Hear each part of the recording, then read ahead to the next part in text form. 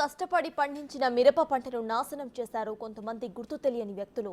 విషపూరిత కెమికల్స్ ను చల్లి పంటను నాశనం చేశారు. వారు చేసిన ఈ దుర్మార్గ పనికి సుమారు 2 లక్షల వరకు నష్టం కలిగిందని రైతులు వాపోయారు. ఖమ్మం జిల్లా రఘునాథపాలెం మండలం బూడిదంపాడు గ్రామంలో జరిగింది ఈ ఘటన.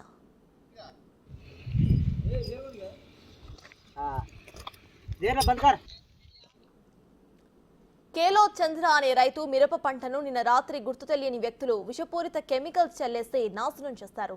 ఎర్ర మిరప నారుపై కలుపు సహకార విషాన్ని చల్లి పంటను పాడు చేశారు. అయితే ఎవరో కక్షపూరితగానే ఈ పంట నాశనం చేశారని రైతు కేలోతు చంద్ర కన్నీటి పర్యంతమవుతున్నారు. సుమారు 2 లక్షల వరకు నష్టం కలిగిందని రైతు కేలోతు చంద్రం ఆవేదన వ్యక్తం చేస్తున్నారు.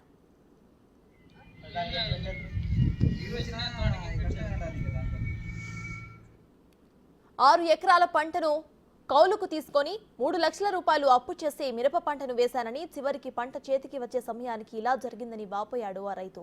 దీనిపై అధికారులు, నాయకులు స్పందించి తనను ఆదుకోవాలని వేడుకున్నాడు. ఘటనపై రఘునాథపాలెం పోలీసులు కేసు నమోదు చేసి దర్యాప్తు చేస్తున్నారు.